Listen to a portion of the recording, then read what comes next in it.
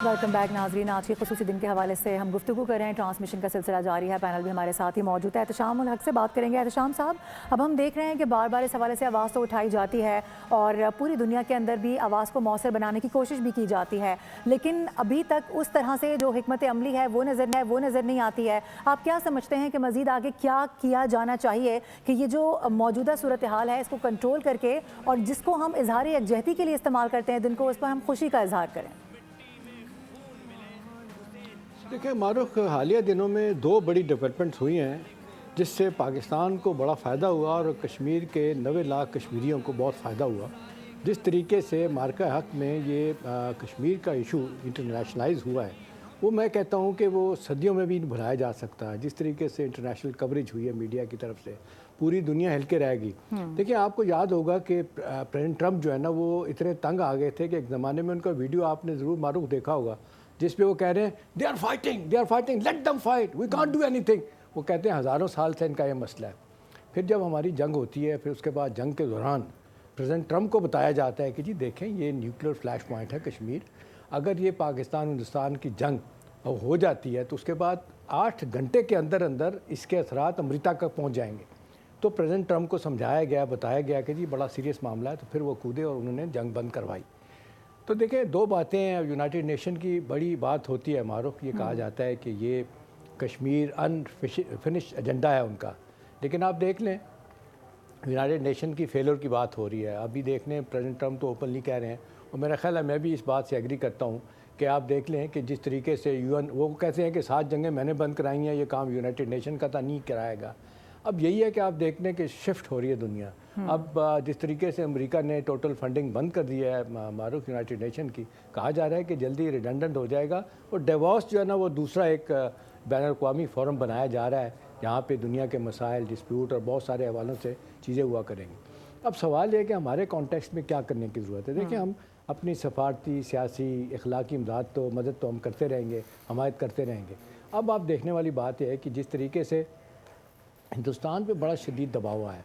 अभी देखिए, 2 दिन पहले की यूनाइटेड नेशन की रिपोर्ट है कि 28,000 कश्मीरी जो है ना, वो श्रीनगर की जेलों में बंद है। अब मैं तो देख रहा था कि एक राव फरमान है लड़का मारूफ, वो श्रीनगर यूनिवर्सिटी का, उसने बड़ी रिसर्च की है।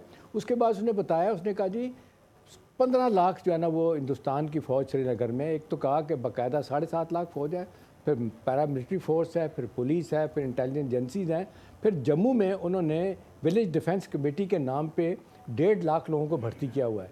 तो ये सारे मिल के जो आज़ादी की आवाज़ को दबाने की कोशिश कर रहे हैं, अभी तक उनको कामयाबी नहीं हुई।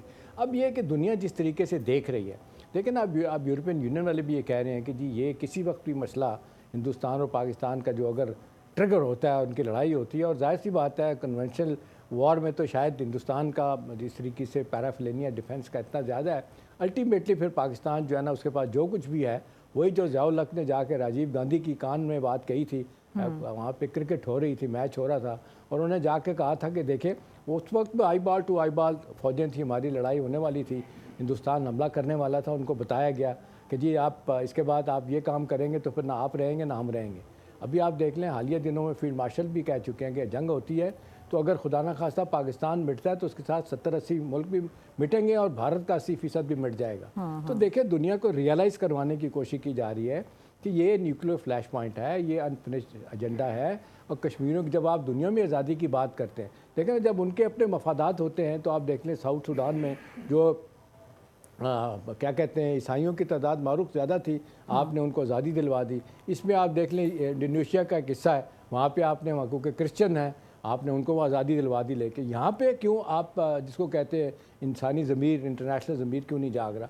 तो बहुत सारे हवालों से हिंदुस्तान अभी भी हम देख रहे हैं कि जितना बेनकाब हुआ है पाकिस्तान का लेवरेज। अच्छा एहतशाम साहब, हम ये तो नहीं कह सकते कि करारदादें मौजूद नहीं हैं। करारदादें मौजूद हैं और हर साल पास होती हैं, बल्कि हम देखते हैं हर कुछ 2-3 महीने के बाद कोई ना कोई इस तरह की करारदाद मंजूर की जाती है जिसमें कश्मीर के हवाले से कश्मीर कॉज पर बात की जाती है। लेकिन क्या सिर्फ करारदादों की हद तक हमें रहना चाहिए? हम आवाज़ भी उठा रहे हैं लेकिन उसका भी कोई अभी ऐसा फ़ायदा हमें नहीं मिल रहा है। देखिए, अगर आप मुझे एज ए पाकिस्तानी पूछेंगी तो मैं तो मारूफ ये कहूँ कि हिंदुस्तान एक बड़ा स्ट्रॉन्ग नुक्ता नज़र पाकिस्तान में, वो ये कहते हैं कि जी हिंदुस्तान जो पाकिस्तान में इतनी ज़्यादा मुदाखलत करके सरपरस्ती कर रहा है, जिस तरीके से दहशत गर्दी फितना तो हिंदुस्तान है और BLA کو سپورٹ ملتی ہے، مجید بریگیڈ کو، پھر KP میں، تو وہ کہتے ہیں لوگ کہ جی یہ پھر ہمیں بھی یہ کام کرنا چاہیے، اگرچہ ہم یہ ماضی میں کہا جاتا ہے کہ ہم بھی کرتے تھے، بند ہو گیا تھا سلسلہ۔ وہ کہتے ہیں کہ ہندوستان کو جس کو کہتے ہیں سبق سکھانے کے لیے ضروری ہے کہ وہاں پہ خاص طور پہ جو 7 سسٹر اسٹیٹس ہیں، آسام ہے اور اس کے بعد مغربی بنگال ہے، پھر ماؤس وہاں پہ بیٹھے ہوئے ہیں، پھر ادھر پنجاب میں سکھ بیٹھے ہوئے ہیں، وہ آزادی کی جنگ لڑ رہے ہیں، تو وہ کہا جا رہا ہے کہ جی ہمیں بھی ان میں حصہ ڈالنا چاہیے، لیکن حکومت کا، ریاست کا یہ فیصلہ ہے کہ ہم یہ نہیں کریں، کام نہیں کریں گے، اور یہ کام ہم جو ہے نا وہ دنیا کا ضمیر جگاتے رہیں گے اور کسی نہ کسی اسٹیج پہ جا کے پاکستان کی بات سنی جائے گی۔ جی ٹھیک، سبسکرائب کریں اور بیل دبائیں تاکہ کوئی خبر رہ نہ جائے۔